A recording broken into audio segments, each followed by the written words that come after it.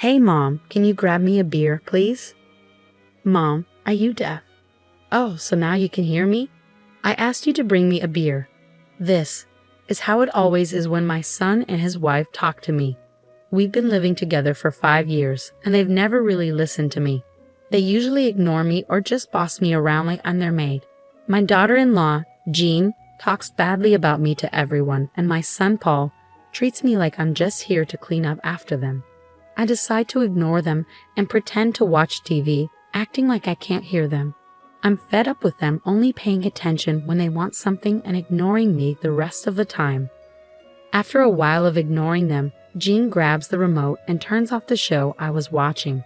I'm surprised when she says loudly, right next to my ear, "Hey, mother-in-law, can you hear me? Make sure you make Paul's lunch tomorrow, okay?" Her voice was so loud it made my ears ring, and I couldn't help but grimace. Seeing my reaction, my daughter-in-law laughed and left the living room with my son. I couldn't help but wonder why she couldn't be a bit more considerate, especially since I'm her husband's mother and she relies on me every day. But judging from my son's behavior, it seemed like I was just a maid to her. There was no apology from either of them, and I didn't feel like they cared about how I felt. Frustrated, I sent an email to my husband and decided to leave the house. My name is Karen, and I'll be turning 72 this year. 5 years ago, my son and his wife asked if they could move in with me because they were worried about the future and wanted to save money. Since then, we've been living together as 2 families in one house. If you live with us, Mom, you'll feel safer, right? Maybe you're right. My husband is a workaholic. He started his own company when he was young and still works hard even at 73. Our house felt quiet after our son moved out. When I talked to my husband about our son and his wife moving in with us, he just said, "Do whatever you like." So with not much discussion and feeling a bit bored, I agreed, hoping life would get livelier. When they moved in, my son's wife, Jean, and I split the housework. But as she said her part-time job got busier, I ended up doing more and more. She helps if I ask, but usually she's reluctant or busy with her own stuff. So I stopped asking for her help, and I do everything myself, feeling unappreciated. Even at meal times with the whole family, there's hardly any conversation. I guess I got used to it, like with my husband. One day, while I was making dinner for 3 as usual, I got a message from my husband saying, "I'll be late for work, don't need dinner." This wasn't unusual, but the problem was with my son and his wife. "Dad's gonna be late, huh?" "Yeah, I'm not hungry either." "Oh, I'm going out with a friend, so I don't need dinner." "Why are you telling me this?" "I've already made it," I said. "It's okay, just save it for tomorrow." Even though it was dinner time, they were about to leave without a word if I didn't say anything. They could have told me earlier if they didn't need dinner. It seemed like they'd never think to consider me first. I couldn't help but feel frustrated at their rudeness. But they left without any apology. What am I working so hard for? I sat in a quiet living room, looking at the dinner I'd already prepared, not going to waste. What am I even doing? Just thinking about it made me feel so tired. I wrapped up the still warm dinner and put it in the fridge before heading to bed. The next morning, when I came downstairs, my husband, who had woken up earlier, apologized, saying, "I'm sorry." Our conversation was short, as usual. It could have ended there, but when my husband noticed my expression, he furrowed his brows slightly and asked, "Did Paul and his wife have dinner?" "No, they said they didn't eat and went out," I replied. "I see," my husband said, noticing the dinner for 3 in the fridge. I was glad to finally have a conversation after so long, so I told him what happened last night. My usually quiet husband listened carefully. After hearing me out, he gently said, "You don't have to do everything." He acknowledged that our son's behavior was becoming worse every day, but that doesn't mean you should overwork yourself. His words felt like a weight lifting off my shoulders. I realized I had been pushing myself too hard and felt relieved that my husband understood.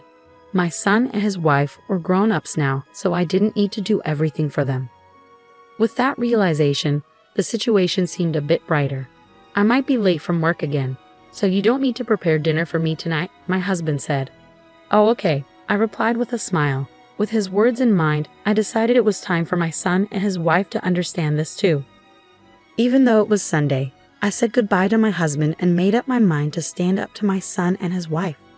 Once my husband left, my son and his wife finally woke up in the afternoon, still in their pajamas. They came into the living room and immediately asked, "What's for lunch? Why don't you have what's left from yesterday? But you could at least warm it up for us or set it on the table. You're not small children. You can do it yourself," I replied. "Well, mother-in-law, you are getting old, aren't you?" Jean, my daughter-in-law, joked with a laugh, and Paul, my son, joined in, looking at me. "I'm exhausted because Jean hasn't been helping with the housework at all," I said. "Oh, can't you manage without me? Is it your menopause or something?" Jean retorted, laughing. Their attitudes made me sigh. They went back to their room without cleaning up after eating, seeming unbothered. As expected, my husband didn't return until late that night. Since I didn't need to cook for him, I bought myself a ready-made meal from the supermarket. "Oh, Mom, what are you eating? Ready-made food? What about dinner?" Paul asked. "I don't know, mother-in-law. What are you thinking? Have you forgotten about your family?" Jean added.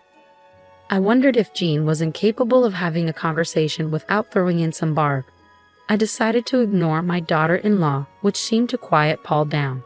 However, he quickly picked up his phone and started complaining again. "You don't work. Mom, you should at least take care of the house." I thought that since it was their day off, they could prepare their own meals for once, but instead they decided to order delivery. "Give us the money later," Paul said, which made me lose my patience, especially since they were always talking about saving money. I agreed not to ask them for money to cover our living expenses, and I never bothered them about it. But I never expected them to take advantage of me like this.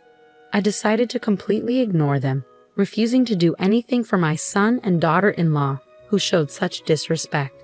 "Hey Mom, beer," Paul demanded, while Jean kept making snide remarks. Paul talked to me like I was their housemate. Ignoring them, I turned my back and pretended to watch TV, acting like I couldn't hear them. After a while of ignoring them, it seemed like she gave up and stopped talking to me. But this peace didn't last long. Before I knew it, my daughter-in-law snuck up behind me, grabbed the TV remote, and turned off the TV. Startled, I looked up only for her to shout into my ear, "Hey, mother-in-law, can you hear me? Make sure to prepare lunch for Paul tomorrow, okay?" Her voice was so loud it hurt my ears, making me flinch. Laughing at my reaction, my daughter-in-law left the living room with Paul. I couldn't help but wonder why she couldn't show a bit of courtesy, especially considering that I'm her husband's mother, and she relies on me regularly. But judging from Paul's attitude, it seemed like I was nothing more than a maid to her. As it turned out, there was no sign of consideration for me at all, and I didn't even hear an apology for last night's dinner from either of them. Letting out a deep sigh, I sent a text to my husband and made up my mind to leave the house. Early the next morning, I packed my things and left before they woke up. When I arrived at a nearby business hotel, my phone buzzed with texts from Paul, who had just woken up before heading to work. Apparently, they were in quite a chaos this morning. Texts and calls from both of them flooded my phone. When I checked the messages, all I saw were complaints, like, "What are you doing? I told you I need lunch." Jean also sent a mocking text. "Are you wandering around forgetting your responsibilities?" It seemed they were struggling just because I hadn't prepared breakfast for them, which made me chuckle a bit. Seeing a call from Paul during his lunch break, I decided it was time to talk to him. "You finally picked up, Mom. Where the hell are you, and what are you doing?" Paul's voice sounded impatient. "It's none of your business, is it? You didn't even prepare our food. Where are you, Paul? You're not a child. You can make your own food, can't you?" I responded, feeling irritated. If he had struggled so much to prepare just one meal, he should have shown some appreciation. But to my surprise, he said something unexpected. "I'm paying for living expenses, so I need you to do the housework." "Living expenses? What are you talking about? I never received such a thing," I said, puzzled. "Why not? Jean should have been giving it to you every month, so don't lie." Paul insisted, claiming he was paying me living expenses. Despite my truthful denial, Paul started calling me a liar. The truth is, my husband covers all their living expenses, including their food. Even after explaining this repeatedly, Paul refused to believe me. I could hear Jean in the background saying, "You're probably just playing dumb and spending it for yourself." Unable to continue the conversation, I ended it and said, "I don't know what I don't know. and I don't plan to come home for a while. Why not? What are we supposed to do for food? Paul's voice sounded desperate. Figure it out yourselves. Bye now. I hung up the phone and let out another big sigh. Why do they believe they're not in the wrong, even after all this? I didn't understand what Paul was talking about earlier when he mentioned our living expenses. About a week after I left the house, the situation improved. My husband, who had come to check on me, apparently talked to Paul and Jean, and their texts suddenly became more respectful and submissive. Wondering what had happened, I received a text from my husband. Paul and Jean want to apologize. If you feel like it, please come home. Thanks to my husband's talk, they finally seemed to understand. I replied to my husband's text, made preparations, and decided to go home that day. When I returned home, Paul and Jean were waiting at the entrance, their faces pale and worn out. It seemed they were quite upset by the lecture from my husband. I decided to hear the story about this past week from them and my husband about the living expenses. I mentioned on the phone I said I didn't receive them, right? I asked. You said you wanted to save money, so I didn't say anything. Actually, Dad was really mad at us about that, Paul explained. It seemed my son had misled his father about his contribution to the household expenses, believing I had been lying and portraying me as the villain. However, when my husband explained the reality of my busy schedule and showed him our household book, Paul quieted down. You couldn't even believe me, but Jean kept saying that she was giving you the money. So what happened to your living expenses? I asked, feeling betrayed. From my son's perspective, he was definitely paying, so he must have been baffled that the money wasn't reaching me. It seemed my husband and son confronted Jean and made her confess. At first, Jean pretended ignorance, but when my husband confronted her, she finally confessed everything. I'm appalled. She was accusing me of squandering money on the phone, but it turns out she was just talking about herself, I said, feeling betrayed. But living with my in-laws can be stifling, and everyone was inviting me, so I just because of that, you thought it was okay to embezzle our living expenses. You made me look like a fool too, Paul interjected, his voice full of frustration. What? You're acting all high and mighty too, Jean retorted defensively. At the point when the two of them began to stray from the topic and argue, my husband cleared his throat loudly. Startled by his sudden interruption, Paul and Jean fell silent immediately, seemingly terrified of my husband's disapproval. I couldn't help but chuckle at their reaction, like children caught misbehaving. Excuses, excuses.